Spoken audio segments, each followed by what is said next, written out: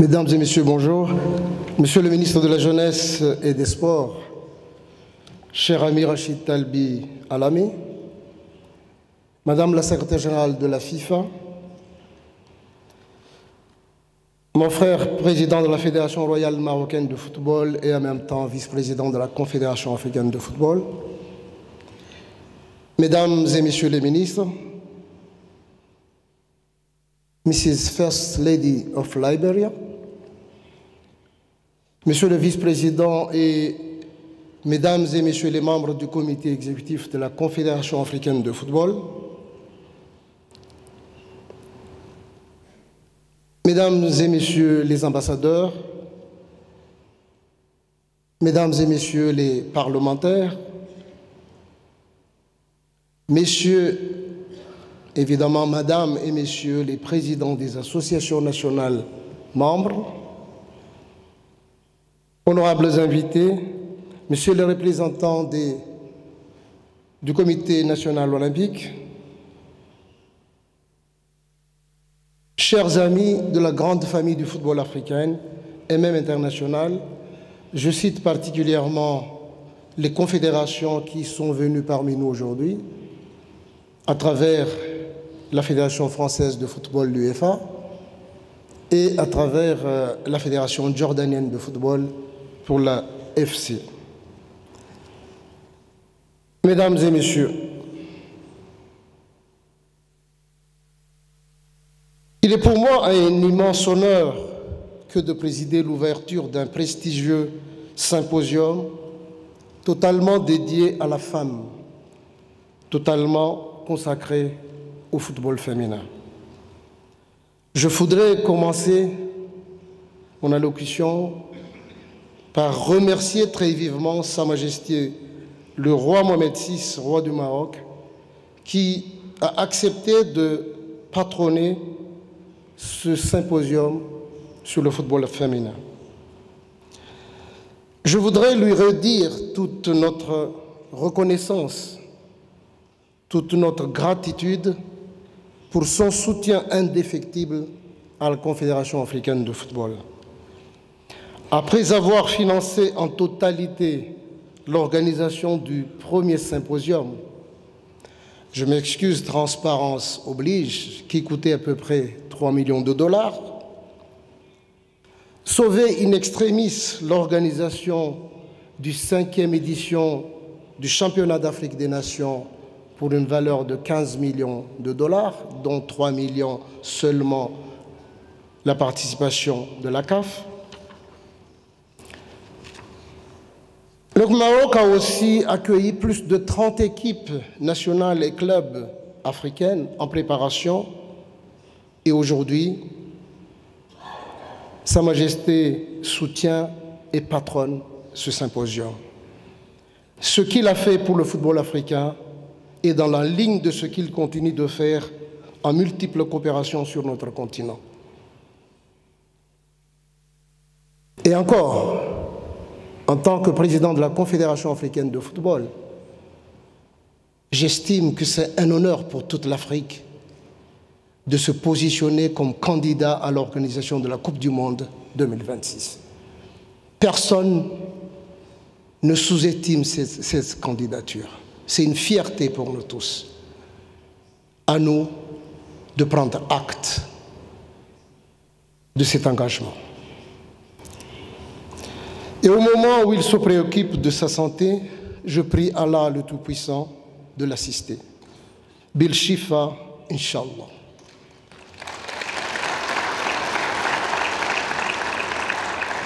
Mesdames et messieurs, l'événement d'aujourd'hui met en lumière la femme dans ses choix de vie, ses raisons d'aimer les sports et sa passion pour le football. La CAF est décidée à s'engager dans cette voie. Il s'agit d'un devoir suprême.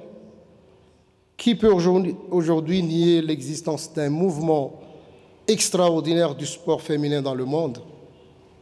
Qui peut ignorer cette avancée incroyable des femmes dans tous les domaines de la vie, sociétale, scientifique, industrielle, médicale, technologique philosophique, littéraire, managérial et bien sûr sportif. L'image de la femme interdite de pratiques sportives aux premiers Jeux olympiques à la fin du siècle dernier est bien loin derrière nous, heureusement.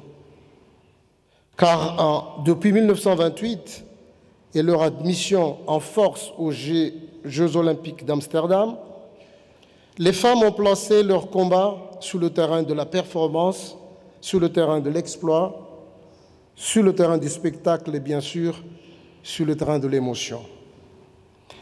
Et sur tous ces terrains, permettez-moi de vous parler d'une femme, une femme africaine à la valeur symbolique exceptionnelle. C'était le 8 août 1984 au stade olympique de Los Angeles.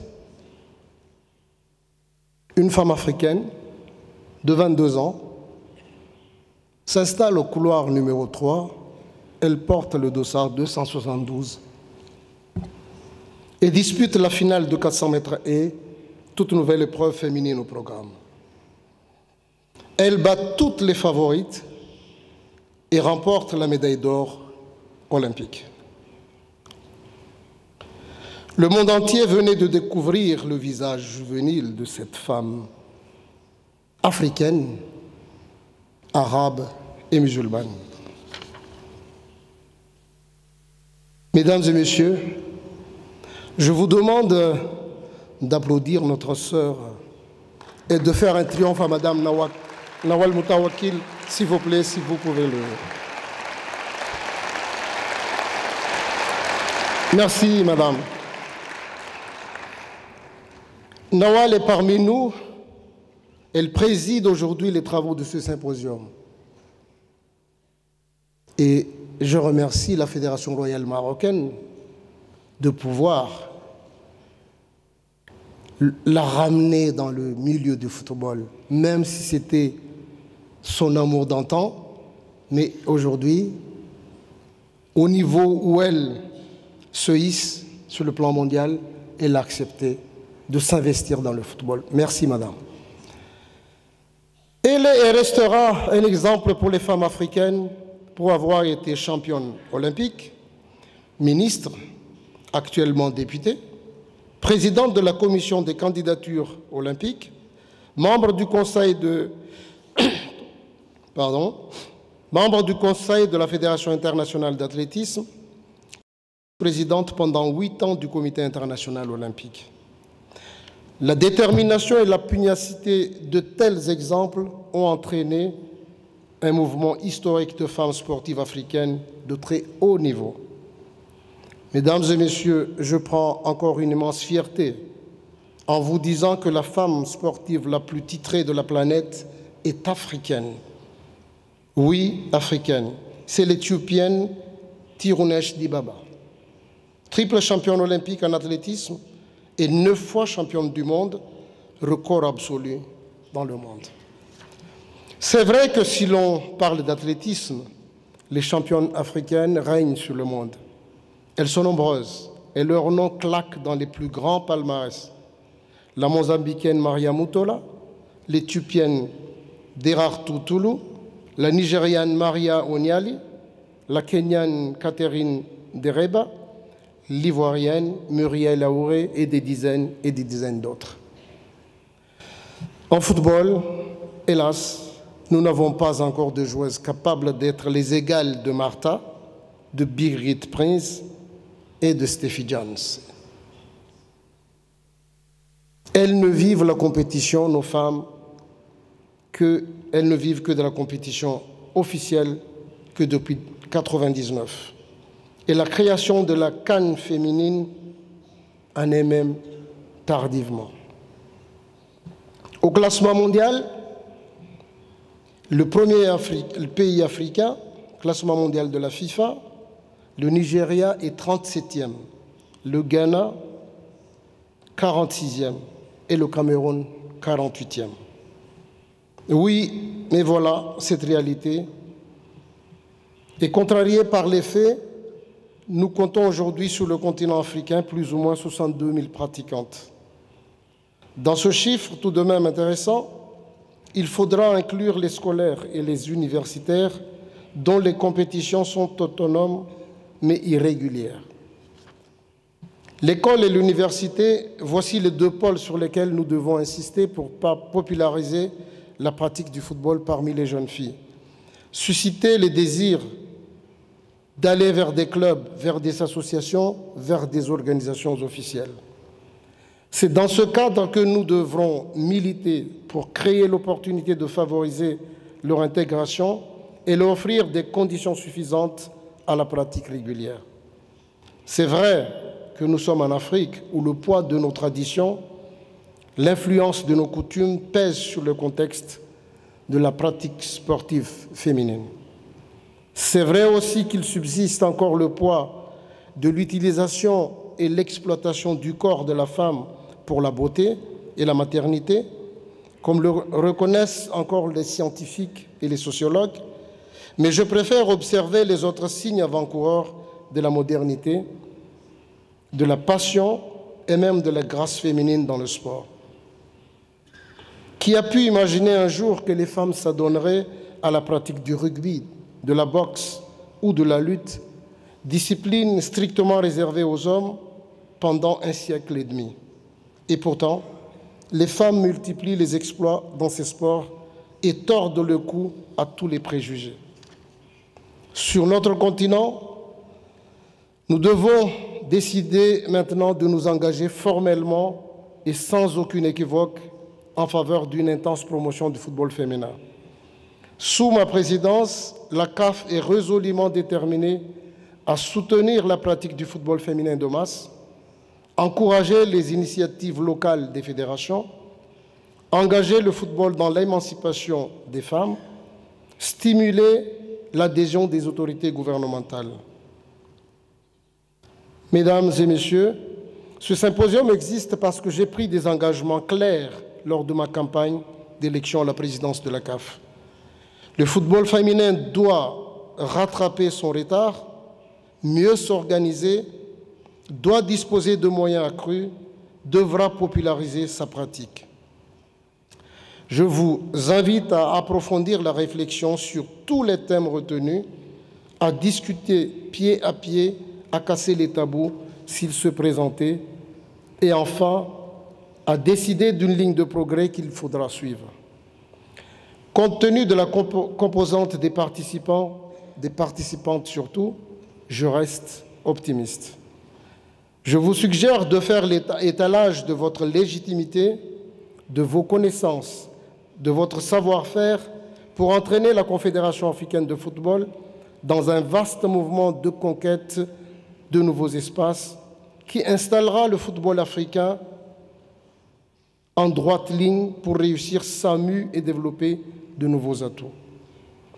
Je voudrais encore vous redire tout le soutien que manifeste le comité exécutif de la CAF dans ses assises et les espoirs que vous faites naître dans nos cœurs de voir ce football d'avenir élever haut l'étendard de sa réussite. Regardez, chers amis, encore une fois, du côté de l'histoire.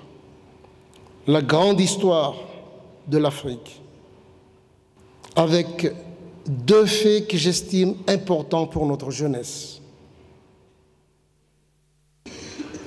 Le premier vient de s'être réalisé grâce à son effort personnel, évidemment, par la baraka d'Allah.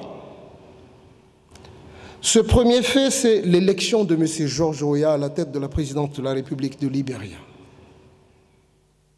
Il s'agit, ne l'oublions pas, de l'apothéose d'un sportif hors norme, le seul Africain à avoir gagné le Ballon d'Or mondial et le seul, après une fantastique carrière, à accéder à la magistrature suprême. Le deuxième fait, qui, je suis intimement convaincu, conduira notre jeunesse dans une stabilité au sein de notre continent et qui servira même, j'estime, à stabiliser nos voisins en Europe pour ces problèmes d'immigration. Ce deuxième fait et je remercie Sa Majesté de pouvoir candidater, que le Maroc candidate pour l'organisation de la Coupe du Monde en 2026. Vous n'imaginerez pas l'espoir que ça peut susciter à la jeunesse africaine. Pas seulement dans le domaine sportif, sur tout le plan. L'organisation de la Coupe du Monde 2026 sur le sol africain, incontestablement, nous aidera, nous les différents responsables, nous les parents, à réorienter, à avoir une bonne opportunité de donner une bonne éducation à notre jeunesse. Chers collègues, présidents des fédérations, la balle est dans notre camp. Réfléchissons bien. Je me rappelle encore certains messages de nos anciens. Je cite toujours Feu Kwame Nkrumah pour ce panafricanisme. C'est notre fierté, c'est notre solidarité, c'est notre loyauté, c'est ça la valeur, notre valeur, nous les Africains. Mesdames et messieurs, chers amis, chers collègues, le football féminin d'aujourd'hui et demain, sous votre influence directe, prendre un nouvel envol pour s'engager vers la réussite, la performance et l'exploit. Un football féminin que plus rien ni personne ne peut plus entraver sur le continent africain. Nous restons confiants dans votre pouvoir de changer radicalement les choses et les faits. Réfléchissez aux nouvelles opportunités, pensez à des plans stimulateurs, cherchez des nouveaux modes opératoires, échangez longuement, débattez de tous les sujets. N'oubliez pas une chose, de ce symposium devront sortir des résolutions qui s'imposeront à nous tous. Plus jamais, la CAF reste mobilisée et attentive à vos travaux. Avant de conclure mon allocution, et non des moindres, j'aimerais bien adresser mes plus vifs remerciements à la Fédération internationale de football association, à la FIFA, pour avoir accepté de s'impliquer entièrement dans l'organisation de ce symposium. Madame la secrétaire générale, veuillez transmettre à notre président, M. Gianni Infantino, la reconnaissance de la Confédération africaine de football sur ce geste. Et enfin, je ne peux que remercier sincèrement le comité d'organisation de ce symposium, composé des gens de bonne volonté de la Fédération royale marocaine de football et de la CAF pour les travaux entrepris. Ce comité a été présidé d'ailleurs et présidé par Madame Nawal Moutawakil. Merci beaucoup. J'espère que nous répondrons aux attentes des participants qui sont venus ici. Ainsi, mesdames et messieurs, vive la femme africaine sportive, vive le football féminin, vive la CAF et solennellement, je déclare ouvert ce symposium du football féminin de la CAF qui se tient à Marrakech le 5 et 6 mars 2018. Merci beaucoup.